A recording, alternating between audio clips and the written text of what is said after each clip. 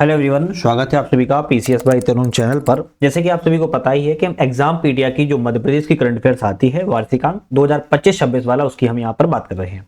सबसे इंपॉर्टेंट बात है कि इस करंट अफेयर्स के माध्यम से हम प्रत्येक टॉपिक की बात कर रहे हैं एक एक करके। अभी तक हमारी 4 से 5 वीडियो ऑलरेडी बन चुकी हैं, आप लोगों ने नहीं देखी है तो देख लीजिएगा, बहुत ज्यादा महत्वपूर्ण है। इस बुक को अगर आप अपने नियरेस्ट लोकेशन पे लेना चाहते हो तो आप अपने शहर के स्टोर से ले सकते हो। और सबसे महत्वपूर्ण, ये इंग्लिश एवं हिंदी दोनों ही माध्यमों में अवेलेबल हो चुकी है, जिससे कि करंट अफेयर्स अब आप हिंदी और बायलिंगुअल दोनों ही माध्यमों में जो है पढ़ सकते हो। बहुत सारे बच्चों को इंग्लिश पढ़ना होता है, बहुत सारे बच्चों को हिंदी पढ़ना होता है, अपने अकॉर्डिंग पढ़ सकते हो। ऑनलाइन माध्यम से आप हमारी डिस्क्रिप्शन में लिंक दे दिया है, वहां से आप परचेज जरूर कर सकते हो। मोटी सी बात की जाए कि हम कौन कौन चैप्टरों को अभी बात कर चुके हैं, तो अभी हम जितने भी न्यू व्यूअर हैं उनके लिए बता दें। नियुक्तियां, मंत्रिमंडल, बोर्ड आयोग, व्यक्ति निधन स्थल प्रतिमाएं, अभियान, केंद्र की योजनाएं मध्य प्रदेश में और प्रमुख मध्य प्रदेश की योजनाओं की हम बात अभी तक कर चुके हैं। कुल मिला के हम 10 चैप्टर कंप्लीट कर चुके हैं। आज हमारे कौन कौन से चैप्टर होंगे, तो आपका राजनीतिक घटनाक्रम की हम बात करेंगे, फिर हम नवनिर्मित नीतियों की बात करेंगे, उसके बाद नवनिर्मित जिले एवं जो तहसीलें मध्य प्रदेश में नई बनी है उनके बारे में बात करेंगे। अंतिम में आज का हमारा चैप्टर होगा अधिनियम, इसके बारे में हम बात करेंगे। तो टोटल जो आज हम चैप्टर है वो 4 चैप्टर की बात करेंगे, 11 से लेके 14 तक। तो ये आज का बहुत अच्छा सेशन होने वाला है, क्योंकि 4 चैप्टर हम एक वीडियो में कवर करने वाले हैं। चलिए शुरुआत करेंगे सबसे पहले अपने चैप्टर से। तो राजनीतिक घटनाक्रम, राजनीतिक घटनाक्रमों को हम सबसे पहले देख लेते हैं। तो जल्दी से आप लोग एक बार अगर चैनल पे नए हो, सब्सक्राइब लाइक शेयर करके बेल आइकन प्रेस कर लो, जिससे कि नई वीडियो आए उसका आपको नोटिफिकेशन मिल सके। साथ में आप हमारे फैमिली से जब जुड़ते हो तो मुझे मोटिवेशन मिलता है। बाकी आप हमारे ऐप से, टेलीग्राम चैनल वगैरह से ज्वाइन कर सकते हो। चलिए घटनाक्रमों की बात करेंगे तो लोकसभा चुनाव 2024 के बारे में सबसे पहले समझ लेते हैं। अच्छा, जूम कर लेते हैं, क्योंकि बहुत सारे बच्चों को ये समस्या आ रही थी कि सर जूम कर दिया करो, सही दिखाई देता है। खैर मुझे कोई परेशानी नहीं है, तो जूम कर लेते हैं। लोकसभा चुनाव 2024 की कुछ घटनाक्रम रही है। जैसे मध्य प्रदेश की 29 लोकसभा सीटों पर 4 चरणों में जो है चुनाव हुआ था, जो कि 19 अप्रैल, 26 अप्रैल, 7 मई और 13 मई को यह जो है संपन्न हुआ है। सभी 29 सीटों पर भारतीय जनता पार्टी ने उम्मीदवारों ने विजय प्राप्त की थी और पहली बार 6 महिला सांसदों को चुना गया है। तो ये क्वेश्चन अपने आप में बन सकता है कि 29 सीटों पर बीजेपी विजयी रही। सबसे इंपोर्टेंट क्वेश्चन रहेगा कि पहली बार महिला सांसदों को कितना चुना गया, तो 6 महिला सांसदों को जो है चुना गया है। सबसे बड़ी जीत इंदौर के प्रत्याशी शंकर लालवानी ने प्राप्त की है। इन्होंने 11.75 लाख मतों से विजय प्राप्त की है। मध्य प्रदेश में संपन्न हुए लोकसभा चुनाव के पहले चरण में सुहागपुर विधानसभा क्षेत्र के मतदान केंद्र पर 100% मतदान जो है प्राप्त हुआ है। तो क्वेश्चन आए कि लोकसभा चुनाव में मध्य प्रदेश में किस विधानसभा क्षेत्र में सबसे ज्यादा या 100% मतदान कहां पर हुआ? सुहागपुर क्षेत्र में हुआ है। सबसे बड़ी जीत किसने हासिल की है? तो इंदौर ने ही हासिल की हुई है। अच्छा, एक बात ध्यान रखना है, इंदौर ने ही सबसे जीत हासिल ज्यादा की है, और इंदौर में ही सबसे ज्यादा पूरे भारत में अब तक नोटा पर सबसे ज्यादा वोट इंदौर में ही पड़े हैं, ये भी ध्यान रखिएगा। लोकसभा चुनाव 2024 में मध्य प्रदेश की 29 सीटों पर कुल 66.77% जो है मतदान हुआ है। तो कभी क्वेश्चन जाए कितना हुआ था? 66.77% हुआ था। इलेक्ट्रॉनिक वोटिंग मशीनों के क्षतिग्रस्त होने के बाद मध्य प्रदेश के बैतूल लोकसभा सीट के लिए 4 बूथों पर पुनर्मतदान का आदेश भी किया गया था। यह भी क्वेश्चन बन सकता है कि मध्य प्रदेश में किस जिले पर क्षतिग्रस्त वोटिंग मशीन हो गई थी जहां पर दोबारा मतदान हुए, तो बैतूल जिले में। इंदौर में भारत में अब तक सबसे ज्यादा चुनावी में नोटा का सर्वाधिक प्रयोग किया गया है, और नोटा पर 2.18 लाख वोट जो है नोटा पर डाले गए हैं। फिर भी इंदौर के प्रत्याशी शंकर लालवानी को 11.75 लाख मतों से विजय प्राप्त हुए। अब इसी तरह लोकसभा की बात की तो मध्य प्रदेश विधानसभा निर्वाचन क्षेत्र 2023 की बात कर लेते हैं। इसको क्यों पीछे छोड़ें? तो मतदान जो है 17 नवंबर 2023 को एक चरण में संपन्न हुआ था। मतदान प्रतिशत की बात की जाए 17.15% रहा है, और जिसमें बात अगर की जाए कि महिलाओं की हिस्सेदारी, तो महिलाओं की हिस्सेदारी 76.03% रही है, और पुरुषों की हिस्सेदारी 78.21% रही है। ओवरऑल 77% जो है मतदान रहा था। प्रदेश में विधानसभा निर्वाचन 2018 की तुलना में 2023 में विधानसभा चुनाव में मतदान में जो है 2.10% की बढ़ोतरी देखने को मिली है। तो 2018 से अगर तुलना करें 2023 की, तो 2.10% की बढ़ोतरी देखने को मिली है। चुनाव निर्वाचन में बात किया है तो 2018 में प्रदेश में 75.05% हुआ था, और अभी वर्तमान में 77. 15% मतदान जो है पड़ा है। सिवनी जिले में सबसे अधिक मतलब कि कितना 86.29% मतदान हुआ था, जबकि सबसे कम अलीराजपुर जिले में केवल 61.81% केवल मतदान हुआ था। तो सबसे ज्यादा कहा जाए तो सिवनी में और सबसे कम पूछा जाए तो अलीराजपुर में। रतलाम जिले के सैलाना विधानसभा में सबसे अधिक मतदान हुआ है। इस बार मतदान जो है 90.10% रहा, जबकि 2018 के निर्वाचन में 88.35% मतदान हुआ था। एक चीज और भी है, अलीराजपुर जिले की जोबट जो विधानसभा है वहां पर सबसे कम मतदान हुआ है, केवल 54% जो मतदान है वो किया गया था। विधानसभा निर्वाचन 2023 में प्रदेश के सिवनी जिले के लखनादौन विधानसभा निर्वाचन क्षेत्र के मतदान प्रतिशत में सबसे अधिक वृद्धि हुई है। ध्यान रखना है 2018 में यहां पर मतदान केवल 77.98% था, जबकि 2023 में सिवनी में 84.71% जो है मतदान बढ़ा है। तो कहीं ना कहीं आपको सिवनी क्षेत्र में देखने को मिल रहा है कि बहुत ज्यादा रहा है। 2023 के विधानसभा निर्वाचन में प्रदेश की 230 विधानसभा निर्वाचन क्षेत्रों में 34 ऐसे निर्वाचन क्षेत्र रहे हैं जहां पुरुष मतदाताओं की तुलना में महिलाओं ने सबसे ज्यादा मतदाता का प्रतिशत रहा है। मतलब कि 34 ऐसे विधानसभा क्षेत्र जहां पर फीमेल ज्यादा एक्टिव रही मेल की अपेक्षा। सीधी जिले की सिंघवाल विधानसभा का क्षेत्र क्रमांक 78 में पुरुषों की तुलना में महिलाओं का प्रतिशत की बात किया तो 11.91% सबसे अधिक रहा है। मध्य प्रदेश विधानसभा 2023 का परिणाम 3 दिसंबर 2023 को घोषित जो है किया गया था। तो आपका मतदान कब हुआ था? वो पहले चरण में 17 नवंबर 2023 को और आपका 3 दिसंबर 2023 को मतदान के लिए घोषित किया गया था।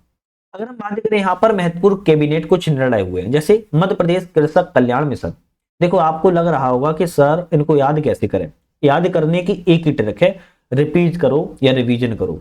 1 से 2 बार वीडियो आप लोग देख लोगे, याद रखो, बहुत अच्छे से आपको वीडियो जो है याद हो जाएगी और घटनाक्रम आप नहीं भूलोगे। सबसे इंपॉर्टेंट बात और भी है, एमपी जीके की अगर आप लोग तैयारी कर रहे हो एमपी किसी एग्जाम की तो एमपी जीके आती है।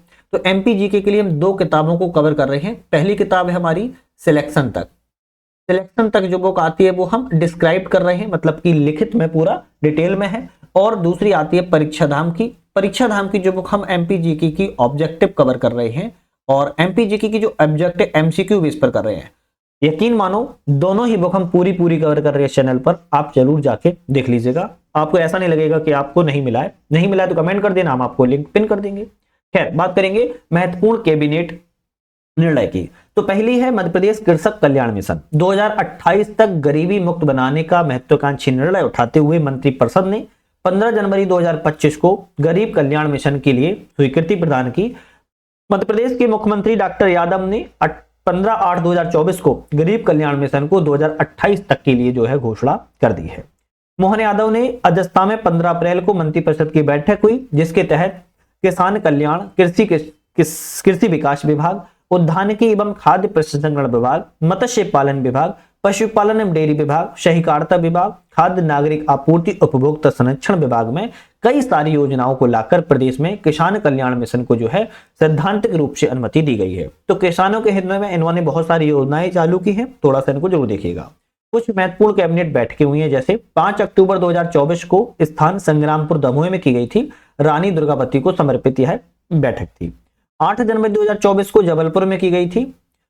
24 जनवरी 2025 को महेश्वर खरगोन में की गई है, रानी अहल्याबाई को समर्पित थी। 20 मई 2025 को रजवाड़ा इंदौर में की गई, ये भी रानी अहल्याबाई को समर्पित थी। और 3 जून 2025 को पचमढ़ी नर्मदापुरम में की गई है, राजा बभूत सिंह को समर्पित थी। मंत्रिपरिषद के द्वारा कोदो कुटकी, है ना, मोटे अनाज, कोदो कुटकी श्री अन्न भी कहते हैं, कोदो कुटकी उत्पादक जिलों के कृषकों से पहली बार कोदो कुटकी उपार्जन के लिए निर्णय लिया गया और अधिक से अधिक जनजाति कृषकों का इससे फायदा होगा। इसके तहत जो है योजनाओं को भी लाया जा रहा है। मंत्रिपरिषद के द्वारा भारत सरकार की इलेक्ट्रॉनिक मैन्युफैक्चरिंग क्लस्टर्स EMC 2.0 योजना के अंतर्गत जो सामान्य सुविधाएं हैं उनको बुनियादी ढांचे बेसिक इंफ्रास्ट्रक्चर के विकास के लिए इलेक्ट्रॉनिक सिस्टम डिजाइन करने की बात की जा रही है। विनिर्माण क्षेत्र में भी संवर्धन को बढ़ावा दी जाने की बात की जा रही है और इसके लिए भोपाल की तहसील बेसरिया के ग्राम बांदी खाड़ी में इलेक्ट्रॉनिक मैन्युफैक्चरिंग क्लस्टर की स्थापना का निर्णय भी लिया गया है। दूसरी इसमें आपकी मंत्रिपरिषद के द्वारा राज्य में मध्य अंतर्गत क्षतिग्रस्त जितने भी पुल हैं उनके पुनर्निर्माण की योजना लाई गई है। कहा जा रहा है कि 2025-26 से 2029-30 तक 5 सालों में 1766 पुलों के पुनर्निर्माण के लिए यहां पर सैद्धांतिक स्वीकृति भी दी गई है। इसी के तहत मंत्रिपरिषद के द्वारा राष्ट्रीय रक्षा विश्वविद्यालय गांधीनगर के परिसर की स्थापना भोपाल में स्वीकृति की गई है कि यहाँ पर स्थापना जो है की जाएगी। मंत्रिपरिषद के द्वारा प्रदेश में मानव हाथी द्वंद्व, जो मानव हाथी संघर्ष है उसको कम करने के लिए, जंगली हाथियों को प्रबंधन करने के लिए, मैनेजमेंट लाने के लिए 2025-26 से 26-27 आगामी 2 वर्षों के लिए 4 वर्षों के लिए जो राशि है आपकी 2027 तक के लिए यहाँ पर राशि स्वीकृति दी गई है कि मानव हाथी का जो संघर्ष है वो कम किया जा सके, जंगल हाथियों का अच्छे से मैनेजमेंट भी किया जा सके। केंद्र सरकार ने जल मिशन, जो जल जीवन मिशन है उसको 2028 तक बढ़ाने का भी निर्णय लिया हुआ है। फिर आती है पीएम सूर्य घर मुफ्त बिजली योजना। मध्य प्रदेश के शासकीय जो जितने भवन है, सरकारी जो भवन है, उनको सोलर रूफ टॉप संयंत्रों की स्थापना को स्वीकृति दी गई और इसके लिए एक मिशन मोड भी चलाया गया है जिसकी अवधि 25-26 तक की जानी है। फिर आती है मंत्रिपरिषद द्वारा मुख्यमंत्री मछुआ समृद्धि योजना, इसको 2 वर्षों के लिए बढ़ा दिया गया है और निरंतर आगे बढ़ने का भी निरंतर इन्होंने निर्णय लिया है। नेक्स्ट है कि राज्य में निवेश को प्रोत्साहित करने के लिए मध्य प्रदेश सरकार 2025 को उद्योग वर्ष के रूप में घोषित किया है। तो कभी आ जाए किस चीज के लिए उद्योग वर्ष घोषित किया है, तो निवेश को प्रोत्साहित करने के लिए किया है। किस साल को किया है, तो 2025 साल को किया है उद्योग वर्ष के रूप में घोषित। नेक्स्ट है मध्य प्रदेश महानगर क्षेत्र नियोजन एवं विकास अधिनियम 2025 को स्वीकृति मिल गई है।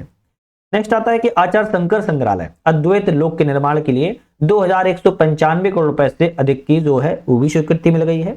नेक्स्ट है कि मध्य प्रदेश की जो कृषि उत्कृष्टता केंद्र है अब इजराइल के सहयोग से बनाया जाएगा। भारत इजराइल कृषि परियोजना के तहत मध्य प्रदेश में बागवानी के 2 प्रोजेक्ट भी तैयार करेंगे। छिंदवाड़ा में संतरा और मुरैना में सब्जियों का सेंटर ऑफ एक्सीलेंस भी बनाया जा रहा है। तो ये क्वेश्चन इंपोर्टेंट आ जाता है। पहला कि कृषि उत्कृष्टता केंद्र किस देश के साथ सहयोग किया जा रहा है, तो इजराइल के सहयोग से किया जा रहा है। और कहां पर, तो छिंदवाड़ा में संतरा के लिए, मुरैना में सब्जियों के लिए। यहां पर क्या होगा, किसानों को फायदा होगा। मध्य प्रदेश की अर्थव्यवस्था को गति देने के लिए सरकार ने 5 शहरों में इंदौर, उज्जैन, देवास, भोपाल एवं ग्वालियर में knowledge of life science corridor का भी निर्माण किया जा रहा है। तो आ सकता है पूछा जाए कि knowledge of life science corridor का निर्माण किन जिलों में किया जा रहा है, तो 5 जिले इंदौर, उज्जैन, देवास, भोपाल एवं ग्वालियर। इसके तहत अंतिम है कि दीनदयाल रसोई योजना के अंतर्गत अब 10 रुपए के स्थान पर 5 रुपए में थाली जो है उपलब्ध करवाई जाएगी। दीनदयाल रसोई योजना आप सभी को पता होगा, कई सारे शहरों में चलती है मध्य प्रदेश में। पहले 10 रुपए में थाली मिलती थी, लेकिन कल अब 5 रुपए में थाली की जो है उपलब्धता करवाई जाएगी। जिला विकास सलाहकार समिति, इसके तहत क्या है, तो मंत्रिपरिषद के द्वारा जिले की विकास योजना के लिए रोड मैप तैयार किया गया है। जिले की बहुत सारी जो लॉन्ग टाइम की योजनाएं विकास की होती हैं उनको बनाने गया है। सीधे जिलों के मुख्यमंत्री की अध्यक्षता में जिला विकास सलाहकारी समिति का गठन को अनुमोदन किया गया है और वित्तीय वर्ष 25-26 में बात की जा रही है कि बजट मध्य प्रदेश के समस्त जिलों में जिला विकास सलाहकार समिति का गठन संबंधी निर्देश भी दिए गए हैं। जिला विकास सलाहकार समिति के प्रभारी मंत्री उपाध्यक्ष होंगे। सांसद, जिले के समस्त विधायक, जिला मुख्यालय के महापौर, नगरपालिका अध्यक्ष, जिला पंचायत अध्यक्ष, सभी जिले के अध्यक्ष के उद्योग व्यापार प्रगतिशील किसान, समाजसेवी, चिकित्सा एवं विधि 20 प्रतिनिधियों के सदस्यों को इसमें जो है शामिल भी किया जाएगा। चलिए अब हम देखते हैं कुछ प्रमुख समझौते हुए हैं। मुख्यमंत्री मोहन यादव, महाराष्ट्र के मुख्यमंत्री देवेंद्र फडणवीस की उपस्थिति में मध्य प्रदेश महाराष्ट्र अंतर्राज्यीय नियंत्रण मंडल की 28वीं बैठक की गई, जो कि 10 मई 2025 को संपन्न हुई थी। इसी दिन विश्व की सबसे बड़ी ग्राउंड वाटर रिचार्ज परियोजना, जो कि बहुत एग्जाम्स के लिए इंपॉर्टेंट है, ग्राउंड वाटर रिचार्ज परियोजना ताप्ती बेसिन मेगा रिचार्ज पर हस्ताक्षर किए गए हैं मध्य प्रदेश एवं महाराष्ट्र सरकार के द्वारा। ये क्वेश्चन अपने आप में बहुत इंपॉर्टेंट है। ताप्ती बेसिन मेगा रिचार्ज योजना किन राज्यों के बीच में हुई, मध्य प्रदेश एवं महाराष्ट्र राज्य के बीच में हुई है। मध्य प्रदेश एवं स्पेन के बीच में फिल्म को प्रोडक्शन के लिए हस्ताक्षर किए गए, समझौता किया गया है। मध्य प्रदेश के सीएम डॉक्टर मोहन यादव ने शिक्षा शोध के क्षेत्र में स्पेन विश्वविद्यालयों की तर्ज कर यह साझेदारी की पहल की है। मध्य प्रदेश के लघु उद्योग निगम और ह्यूमन वेलफेयर एसोसिएशन वाराणसी के बीच में 20 उत्पादों को जीआई टैगिंग के लिए भी प्रक्रिया शुरू की गई है। मंत्रिपरिषद के द्वारा MP state cooperative dairy federation limited के और दुग्ध संघों साथ में राष्ट्रीय डेयरी विकास बोर्ड के मध्य एक सहकारिता पर अनुबंध किए गए हैं, कोलैबोरेशन एग्रीमेंट हुआ है और इसकी अवधि 5 वर्ष की बनी रहेगी। मध्य प्रदेश पर्यटन बोर्ड ने मध्य प्रदेश में पर्यटन को बढ़ावा देने के लिए भारतीय अंतर्देशीय जलमार्ग प्राधिकरण गुजरात सरकार के साथ भी समझौता पर हस्ताक्षर किए हैं। सतत विकास कुछ लक्ष्यों पर बात की गई है, छोटे छोटे हैं, बात कर लेते हैं। पहला त्रिपक्षीय जो समझौता है, राज्य आनंद संस्थान भोपाल, दीनदयाल शोध संस्थान चित्रकूट एवं मध्य प्रदेश जन अभियान भोपाल परिषद भोपाल के साथ में किया गया है। इसमें 3 संस्थानों को आपसी प्रशिक्षण दिया जाएगा और आनंद ग्रामों के विकास, सतत विकास लक्ष्य पर यह जो है पूरा साझा पहल की जा रही है। दूसरा समझौता हुआ है कि मध्य प्रदेश में जन अभियान परिषद भोपाल, नर्मदा समग्र भोपाल के बीच में, जिसमें दोनों संस्थानों के मध्य में नदी संरक्षण से जुड़े जो आयाम है, नागरिकों की मन स्थिति, जो वर्तमान परिस्थिति है उसको बदलने या विकास करने के लिए जोड़ा जा रहा है। इस खंड के बाद हमारा नेक्स्ट चैप्टर आता है 12वां, प्रमुख नवनिर्मित नीतियां। भाई पॉलिसी, अब पॉलिसी कहीं ना कहीं किसी भी देश की, किसी भी राज्य की या कि घर की चलाने के लिए पॉलिसी इंपॉर्टेंट होती है। मध्य प्रदेश में कुछ नवीन नीतियां बनी हुई हैं, उन नीतियों को समझते हैं। मध्य प्रदेश की कुछ प्रमुख नीतियां होंगी, उनको हम समझ लेते हैं। एक ही लाइन में है, आराम से देख लेंगे, बहुत छोटा चैप्टर है, जल्दी से कवर कर लेंगे। उद्योग संवर्धन नीति 2025 में लागू की गई है अभी हाल ही में। मध्य प्रदेश में निर्यात संवर्धन नीति 2025 में लाई गई है, आप चाहो तो इसका स्क्रीनशॉट भी ले सकते हो, है ना। शहरी गैस वितरण नेटवर्क विकास विस्तार नीति 2025 में लाई गई है। मध्य प्रदेश राज्य में स्वावलंबनी गौशाला की स्थापना नीति 2025 में लाई गई है।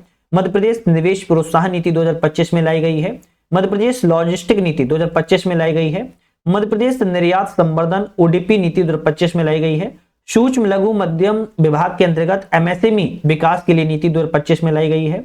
मध्य प्रदेश एमएसएमई भूमि विकास आवंटन नीति भी 2025 में लाई गई। Madhya Pradesh pump hydro storage नीति भी 2025 में लाई गई। मध्य प्रदेश जैव ईंधन संवर्धन नीति भी 2025 में लाई गई है। अब 2025 ना भी बोले तो आप देख पा रहे हो, ठीक है, याद रखना। Madhya Pradesh global capability centre नीति, नेक्स्ट आती है मध्य प्रदेश सेमीकंडक्टर नीति, फिर आती है मध्य प्रदेश ड्रोन प्रमोशन नीति, नेक्स्ट है मध्य प्रदेश विमानन नीति, फिर आती है मध्य प्रदेश में वृक्षारोपण नीति, लैंड पुल नीति, नेक्स्ट आती है चिकित्सा उपकरण नीति, मध्य प्रदेश पर्यटन निवेश नीति, मध्य प्रदेश में फिल्म पर्यटन नीति, नेक्स्ट आती है जल संसाधन नर्मदा घाटी विकास के अंतर्गत दबाव युक्त पाइप सिंचाई प्रणाली के PPP model, public private partnership model संचालन और रखरखाव नीति, मध्य प्रदेश में सेमीकंडक्टर नीति, मध्य प्रदेश ड्रोन संवर्धन उपयोग नीति, एकीकृत टाउनशिप नीति, इलेक्ट्रॉनिक वाहन नीति, बायोफ्यूल योजना, Madhya Pradesh civil aviation policy, Madhya Pradesh startup नीति और कार्बन योजना, रसद नीति, कृषि डेयरी खाद्य प्रसंस्करण नीति, वस्त्र नीति, परिधान जूते खिलौने सहायक उपकरण नीति, एयरोस्पेस एवं रक्षा उत्पादन संवर्धन नीति, फार्मास्यूटिकल नीति, जैव प्रौद्योगिकी नीति, नवीकरणीय ऊर्जा उपकरण विनिर्माण नीति और उच्च मूल्य वर्धित विनिर्माण नीति। ये योजनाएं ऐसी योजनाएं हैं या ऐसी नीतियां हैं जो आपको अगर चाहो ना इन नीतियों के बारे में, इन पॉलिसी के बारे में, आप प्रॉपर कम से कम 6 से 10 लाइनों के बीच में लिख भी सकते हो, याद रख लो। 6 से मेंस में क्वेश्चन डायरेक्ट इन नीतियों से पूछे जा सकते हैं, तो आप इनको थोड़ा सा अकॉर्डिंग तैयार भी करके रखा करो जो मेंस में आ सके। मध्य प्रदेश की कुछ अन्य प्रमुख नीतियां हैं, जैसे ये 2023-24 पुरानी नीतियां हैं, ये पूरी टोटल 2025 की नीति थी, ये पुरानी थोड़ी नीतियां हैं। उपयोगिता जल सेप्टेज प्रबंधन नीति 2024, मध्य प्रदेश AVGSXR नीति 2024, मध्य प्रदेश क्षमता निर्माण नीति 2023, स्वराज नीति 2023, ये इंपोर्टेंट थी उस समय। उपयोगिता जल मल प्रबंधन नीति 2023, मध्य प्रदेश राज्य जल नीति 2022, मध्य प्रदेश राज्य सहकारिता नीति 2023, ITES SDM प्रोत्साहन नीति 2023, IT और इलेक्ट्रॉनिक नीति 2023, मध्य प्रदेश युवा नीति 2023, मध्य प्रदेश विज्ञान प्रौद्योगिकी नवाचार नीति 2022, पुनर्घनत्वीकरण रेडिफिकेशन नीति 2022, पोषण नीति 2020, tower policy 2019, special data infrastructure नीति 2014, डेटा शेयरिंग एंड एक्सेसिबिलिटी नीति 2014 मध्य प्रदेश शासन की ईमेल नीति 2014, डाटा शेयरिंग एंड एक्सेसिबिलिटी, अच्छा सेम ही है 2014, state special data infrastructure policy 2014 और मध्य प्रदेश सरकार की ई पॉलिसी 2014। थोड़ी सी और है, फिर नेक्स्ट चैप्टर बात करेंगे। इलेक्ट्रॉनिक वाहन नीति बनाने वाला देश का पहला राज्य मध्य प्रदेश, बहुत इंपोर्टेंट क्वेश्चन है। उद्योग संवर्धन नीति 2025 के अंतर्गत वर्ष 2030 तक राज्य की जीडीपी को 2.9 लाख करोड़ से बढ़ाकर 6 लाख करोड़ करने का लक्ष्य भी रखा गया है 5 सालों के लिए। मध्य प्रदेश राज्य में स्वावलंबनी गौशाला की स्थापना की नीति 2025 को स्वीकृति दी गई है और यह निर्णय 8 अप्रैल 2025 को लिया गया है। मध्य प्रदेश में देश की पहली सुसाइड प्रिवेंशन पॉलिसी आत्महत्या रोकथाम नीति को लागू जो है किया गया है, ध्यान रखिएगा। तो आत्महत्या रोकथाम नीति भी मध्य प्रदेश में बन चुकी है। तो 2 चैप्टर पढ़ लिए। हमारा नेक्स्ट आता है नवनिर्मित जिले एवं तहसीलें। देखो अब आप बहुत सारे लोगों को ऐसे होंगे जो नए डिस्ट्रिक्ट बने हैं, उन सभी को याद भी होंगे, हो सकता है और उनको याद ना भी हो। बहुत सारे लोगों को नए वीडियो देख रहे हो तो उनको क्या पता ही ना हो। तो देखो थोड़ा सा जिसको पता है उनका रिवीजन हो जाएगा और जिनको नहीं पता है उनको जानकारी मिल जाएगी। तो थोड़ा सा धैर्य के साथ वीडियो को देखिएगा। जब तक जितने भी नए लोग हो वो आराम से वीडियो देखेंगे, जितने पुराने हैं सुनेंगे, रिवीजन हो जाएगा। कमेंट वगैरह बढ़िया सा करो। आप हमारे लिए, हमारे चैनल के लिए क्या कमेंट कर सकते हो बताइए। क्या वीडियो अच्छी बन रही है, टॉपिक अच्छे चल रहे हैं या नहीं चल रहे, बताइए।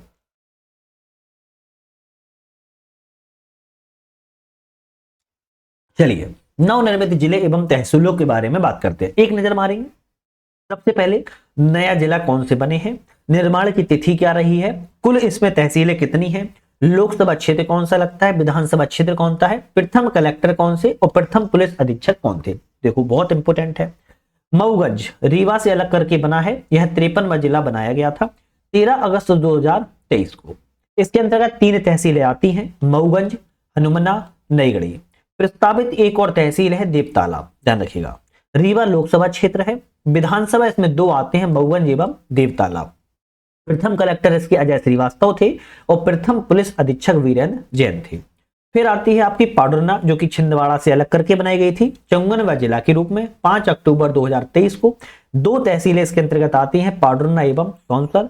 छिंदवाड़ा लोकसभा क्षेत्र है, 2 विधानसभा आते हैं, पाडुरना एवं सौंसर। अजय देव शर्मा इसकी प्रथम कलेक्टर थे, राजेश त्रिपाठी पुलिस अधीक्षक थे। फिर है मेहर जो कि सतना से अलग करके नवीनतम जिला 55 में बनाया गया है 5 अक्टूबर 2023 को। 3 तहसीलें आती हैं, मेहर, अमरपाटन, रामनगर। सतना इसका लोकसभा क्षेत्र है, 2 विधानसभा है, मेहर एवं अमरपाटन। रानी बाटड़ प्रथम कलेक्टर हैं और सुधीर अग्रवाल इसके प्रथम पुलिस अधीक्षक हैं। तो मऊगंज, पाडुरना, मेहर 53, 54, 55 ध्यान रख लो, एग्जाम में आए तो भूलना नहीं है सारी चीजें। कुछ नवीन जिलों से संबंधित महत्वपूर्ण तथ्य हैं, जैसे पाडुरना शहर को मध्य प्रदेश की ऑरेंज सिटी के रूप में जाना जाता है। मध्य प्रदेश का पूर्णतः मराठी जिला, ध्यान रखिएगा, है। मऊगंज जिले के गठन उपरांत रीवा जिले में 8 तहसीलें शेष रह गई हैं। मऊगंज जिले के गठन के उपरांत रीवा संभाग जिलों की संख्या 6 बची है, जिसमें रीवा, सतना, सीधी, सिंगरौली, मेहर, मऊगंज हो जाएगी। 3 जिलों के गठन के उपरांत मध्य प्रदेश में अब जिलों की संख्या पूछी जाए तो 55 जिलों की संख्या हो चुकी है। पाडुरना जिले के गठन के उपरांत अब मध्य प्रदेश का सबसे बड़ा क्षेत्रफल में जिला के पूछे जाए तो छिंदवाड़ा पर अब स्थान पर शिवपुरी हो गया है। तो क्षेत्रफल में अब सबसे बड़ा कौन सा जिला हो चुका है, शिवपुरी जिला जो है हो चुका है। अब उत्तर प्रदेश राज्य की सीमा मध्य प्रदेश के 14 जिलों को स्पर्श करती है। यह भी अपने आप पे इंपोर्टेंट है कि मध्य प्रदेश के कितने जिलों को स्पर्श करती है, तो 14 जिलों को स्पर्श करती है। महाराष्ट्र की सीमा अब मध्य प्रदेश के केवल 10 जिलों को स्पर्श करती है। पाडुरना शहर जाम नदी के किनारे स्थित है। जाम नदी के किनारे प्रतिवर्ष घोट मार मेले का आयोजन किया जाता है। प्रसिद्ध जाम सांवली हनुमान मंदिर और हनुमान लोक अब पाडुरना जिले के अंतर्गत आते हैं। तमस नदी का उद्गम मेहर तहसील के जुलेरी गांव से किया जाता है। मध्य प्रदेश की संगीत राजधानी के रूप में पूछा जाए तो मेहर का टिक लगाएंगे और मेहर का प्रमुख उद्योग सीमेंट उद्योग के लिए जाना जाता है। तो ये देखो प्रमुख तत्व थे नवीन जो आपके जिलों के बारे में, ये बहुत इंपोर्टेंट थे, ये शायद किसी को नहीं पता होंगे, आप होंगे भी तो अच्छी बात है, रिवीजन हो गया। जैसे बात करी जाए नागदा, प्रस्तावित कुछ तहसीलें हैं यहाँ पर, कुछ प्रस्तावित तहसीलें हैं, सॉरी प्रस्तावित जिले हैं। जैसे नागदा उज्जैन से अलग करके बनाया जा रहा है, पिछोर शिवपुरी से अलग करके बनाया जाएगा, बीना सागर से अलग करके और जमुना देव छिंदवाड़ा से अलग करके बनाया जाएगा। तो नागदा, पिछोर, बीना एवं जुन्नार देव ये प्रस्तावित जिले हैं, इनका भी भविष्य में हो सकता है गठन किया जाए। कुछ प्रस्तावित नवीन तहसीलें हैं, जैसे मक्सी को शाजापुर से अलग करके, बुजरी अनूपपुर से, बरेला जबलपुर से, पोंडा और कटनी जबलपुर से, कयामपुर मंदसौर से, हरणगांव देवास से, सरसई छतरपुर से, छैगांग माखन खंडवा से, बरगमा सिंगरौली से, सोयत कला आगर मालवा से, धुंधकड़ा मंदसौर से, देवताला मऊगंज से, अमायन भिंड से, दुधमनिया सिंगरौली से, बांदरी सागर से, उन्हेल उज्जैन से, लमता बालाघाट से और बुमहोजी एवं सुल्तानगंज रायसेन से। ये जो आपकी नवीन तहसील प्रस्तावित हैं, बनी नहीं है, प्रस्तावित है, उनका जो यहाँ पर नाम बताए गए हैं जो कि डले हुए हैं, हो सकता है भविष्य में तहसील और जिले ये बन जाएं, तो इनको भी याद करना पड़ेगा। कुछ नवीन प्रस्तावित नगर निगम और परिषद, जैसे भिंड को मध्य प्रदेश का 17वां नगर निगम बनाया गया है 6 अक्टूबर 2023 को। शहडोल को नगर निगम बनाने की घोषणा की गई है। दमोही की ग्राम पंचायत के बटियागढ़ को नगर परिषद के रूप में स्वीकृति दी जा चुकी है। मझगवा जबलपुर को नगर पंचायत के रूप में चुना गया है। तो कुछ ये फैक्ट थे नवनिर्मित जिले तहसीलों से संबंधित, आप सभी को पता होने ही होने चाहिए और याद भी आप लोग कर लीजिए। चलिए कुछ नए चैप्टर की बात करते हैं, प्रमुख अधिनियम, और आज का बहुत इंपॉर्टेंट आपका चैप्टर है प्रमुख अधिनियम, है ना। तो सबसे पहले जूम ही कर लेते हैं जिससे सही दिखाई देगा। तो प्रमुख अधिनियम की बात किया तो मध्य प्रदेश नगर पालिका संशोधन अध्यादेश 2025 लाया गया है और इससे संबंधित कुछ महत्वपूर्ण पॉइंट हैं, जैसे मध्य प्रदेश सरकार ने 9 सितंबर 2025 को मध्य प्रदेश नगर पालिका संशोधन अध्यादेश 2025 को जो है लागू किया हुआ है। तो तारीख 9 सितंबर 2025। प्रमुख प्रावधान क्या है? नगर पालिका परिषद, नगर परिषदों के अध्यक्षों का चुनाव आम चुनावों के प्रत्यक्ष प्रणाली से किया जाएगा। तो कैसे होगा? डायरेक्ट आम चुनावों के माध्यम से होगा। अध्यक्ष को हटाने के लिए गुप्त मतदान में नगर पालिका क्षेत्र के कुल मतदाताओं में से आधे से अधिक का बहुमत होना आवश्यक होगा। अध्यक्ष को वापस बुलाने की प्रक्रिया पूरे कार्यकाल में केवल एक ही बार की जा सकती है। अध्यक्ष पद मतलब रिकॉल, है ना। अध्यक्ष पद संभालने 3 साल इस प्रक्रिया की शुरुआत नहीं की जा सकती है। विशेष प्रावधान है कि मध्य प्रदेश में नगरीय निकायों के अध्यक्ष पद का निर्वाचन प्रत्यक्ष प्रणाली से सीधे मतदाताओं के द्वारा 1999 से 2014 तक लगातार किया जाता रहा है, लेकिन कुछ कारण से बीच में टूट गया था ये संबंध, लेकिन अब फिर से आपका डायरेक्ट मतदान जो है किया जाएगा। इसी के तहत मंत्रिपरिषद के द्वारा मध्य प्रदेश सिविल सेवा अवकाश नियम 2025 लाया गया। इसका अनुमोदन किया गया है। नियम है मध्य प्रदेश सिविल सेवा अवकाश नियम 377 के अंतर्गत वर्तमान परिप्रेक्ष्य परिवर्तन की आवश्यकता के तहत नवीन अवकाश नियम मध्य प्रदेश सिविल सेवा 2025 को तैयार किया गया है। नेक्स्ट बात करेंगे मध्य प्रदेश द्वारा मध्य प्रदेश लोक सेवा पदोन्नति नियम 2025 का अनुमोदन किया गया। अनुमोदन के अनुसार जो आरक्षित वर्ग का प्रतिनिधित्व है वह सुनिश्चित करेगा कि हितों को सुनिश्चित किया गया है। अनुसूचित जनजाति के लिए 20% और अनुसूचित जनजाति के लिए 20%, अनुसूचित जाति के लिए 16% इसमें आरक्षण का प्रावधान किया गया है। नेक्स्ट है कि मंत्रिपरिषद द्वारा भारतीय स्टाम्प मध्य प्रदेश संशोधन विधेयक 2025 लाया गया है। इसके अनुसार मूल सूचकांक में परिवर्तन के रूप में सम व्यवहारों का देय शुल्क के संबंध में प्रावधान किए गए। मध्य प्रदेश सरकार ने सिविल सेवा में महिलाओं को 35% आरक्षण देने की घोषणा कर दी है। सिविल सेवा में कितना? 35% अब महिलाओं को आरक्षण जो है देने की घोषणा की गई। मध्य प्रदेश सिविल सेवा महिलाओं की नियुक्ति की विशेष उपबंध नियम 1997 में परिपालन संबंधी अधिसूचना जो है इसके माध्यम से जारी किया गया है कि महिलाओं को 35% आरक्षण अब सिविल सेवा में दिया जाएगा। 1 जुलाई 2024 से मध्य प्रदेश में भारतीय दंड संहिता की जगह भारतीय न्याय संहिता, क्रिमिनल प्रोसीजर कोड की जगह भारतीय नागरिक सुरक्षा संहिता, एविडेंस एक्ट की जगह भारतीय साक्ष्य अधिनियम को जो है लागू कर दिया गया है। तो 1 जुलाई 2024 से राज्य सरकार द्वारा वन अधिकार अधिनियम 2006 के तहत पीवीटीज की बसाहटों का संरक्षण किया जा रहा है। डिंडोरी जिले के 7, मंडला जिले की 14, कुल 21 बेगा जनजाति को बहुल सपाटों को हैबिटेट राइट का दर्जा जो है दिया गया है। नेक्स्ट है कि मध्य प्रदेश लोक सेवा गारंटी अधिनियम 2010 पारित करने वाला देश का पहला राज्य बन चुका है। राज्य सरकार में घरेलू हिंसा से महिलाओं को संरक्षण देने के लिए 2005 एवं नियम 2006 के अंतर्गत उषा किरण योजना को भी क्रियान्वित किया जा रहा है। नेक्स्ट आता है कि मध्य प्रदेश की नई आबकारी नीति के अनुसार प्रदेश में घोषित पवित्र क्षेत्रों में मदिरा की दुकानों को 1 अप्रैल 2025 से प्रतिबंधित कर दिया गया है। इनमें कुछ स्थान है जैसे उज्जैन, ओमकारेश्वर, महेश्वर, मंडलेश्वर, ओरछा, मेहर, चित्रकूट, दतिया, पन्ना, मंडला, मुल्ताई, मंदसौर, अमरकंटक, सलकनपुर, बरमान कला, लिंगा, बरमान खुर्द, कुंडलपुर, मानकपुर इत्यादि और भी ऐसी जगह हैं जहां पर मंदिर है, पवित्र स्थान है, वहां पर शराब की दुकानें, मदिरा की दुकानों को प्रतिबंधित लगाया गया है कि अब मंदिर के आसपास अब कोई भी दुकान जो है आपकी नहीं मिलेगी।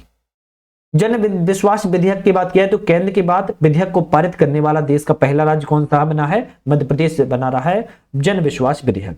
विधेयक के अनुसार छोटे अपराधों के लिए जेल भेजने की अपेक्षा जुर्माने से दंडित किया जाएगा।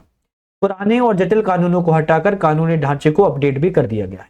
राज्य में विधेयक के तहत 5 विभागों जैसे औद्योगिक नीति, निवेश प्रोत्साहन, ऊर्जा सहकारिता, श्रम, नगरीय विकास, आवास के 8 अधिनियम और 64 धाराओं में भी संशोधन जो है किए गए हैं जिनमें जन विश्वास किया जा सके।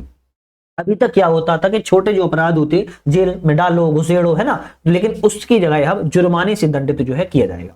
पैसा है तो पुराना, लेकिन इसके बारे में कुछ इंपोर्टेंट है। पैसा एक्ट के बारे में राष्ट्रपति द्रौपदी मुर्मू के द्वारा 15 नवंबर 2022 को शहडोल में जनजातीय गौरव दिवस समारोह के अवसर पर पैसा एक्ट लागू किया गया है। पैसा एक्ट लागू करने वाला मध्य प्रदेश देश का 7वां राज्य है। इससे पहले 6 राज्य और कौन लागू कर चुके हैं? हिमाचल प्रदेश, आंध्र प्रदेश, तेलंगाना, राजस्थान, गुजरात एवं महाराष्ट्र ने पैसा कानून लागू कर दिया था और अभी मध्य प्रदेश 7वें नंबर पर बन चुका है। उद्देश्य है आदिवासी बहुल क्षेत्रों में सुशासन को मजबूती लाना। 1995 में भूरिया समिति की सिफारिश के बाद भारत के अनुसूचित क्षेत्रों में रहने वाले लोगों के लिए आदिवासी सुशासन सुनिश्चित करने के लिए पैसा अधिनियम 1996 में जो है अस्तित्व में आया था। मध्य प्रदेश राज्य में कुल 20 पैसा जिले, 88 पैसा विकास खंड, 5133 पैसा ग्राम पंचायत एवं 11595 पैसा ग्राम है। आर्थिक सर्वेक्षण 2022-23 के अनुसार पैसा एक्ट 89 जनजाति बहुल विकास खंडों में लागू किया गया है। संविधान के भाग 9 के अंतर्गत अनुसूचित क्षेत्रों की विशिष्ट पंचायत व्यवस्था लागू करने के लिए पंचायत अधिनियम 1996 बनाया गया। इस अधिनियम को 24 दिसंबर 1996 को राष्ट्रपति ने अनुमोदित भी किया था। देश के 10 राज्यों में पैसा एक्ट को क्रियान्वित किया जा रहा है और मध्य प्रदेश राज्य है इसमें अग्रणी टॉप पर बना हुआ है। तो आज हमने कितने चैप्टरों की बात की? अगर सच ईमानदारी से बोला जाए तो हमने अपने 4 चैप्टरों की बात की है। 4 चैप्टरों की अगर हम एक मोटे मोटे तौर पर बात करें कौन कौन से हैं, तो राजनीतिक घटनाक्रम, नवनिर्मित नीतियां, तहसीलें एवं प्रमुख अधिनियम के बारे में बात की। नेक्स्ट वीडियो में हम किस टॉपिक पर बात करेंगे ये भी समझ लो, क्योंकि आप कल प्रिपेयर भी रहें। तो पुरस्कार एवं सम्मान के बारे में बात करेंगे। जितने भी पुरस्कार सम्मान दिए गए हैं उसके बारे में हम बात जरूर करेंगे और बहुत अच्छे से डिटेल में करेंगे। हो सकता है 2 चैप्टर ले जाए, क्योंकि पुरस्कार सम्मान थोड़ा बड़ा है, आप देख सकते हो 10 पेज में है, तो हो सकता है कि एक ही वीडियो में आए या दूसरा भी टॉपिक आ सकता है प्रमुख समारोह, महोत्सव एवं सम्मेलन के बारे में। खैर, समय के अनुभव देखते हुए, क्योंकि हम जल्दबाजी नहीं करते हैं, अपना प्रॉपर पूरा टॉपिक पे कवर करते हैं, जिससे कि आपको चीजें बिल्कुल क्लियर रहे। ऐसा ना हो कि आप पढ़ रहे हो और हम वीडियो बना रहे हैं और आपको समझ में कुछ नहीं आ रहा है। बाकी कोई भी आपको दिक्कत समझ में आती है, लगता है कि सर कुछ इसमें अपडेट करना चाहिए, सुधार करना चाहिए, बेशक आप मन भर के कमेंट किया करो। मुझे कभी भी कोई चीज बुरी नहीं लगती है। आप अपनी बात जरूर अपने व्यक्त कर सकते हो, मेरे सामने रख सकते हो। आज के लिए धन्यवाद।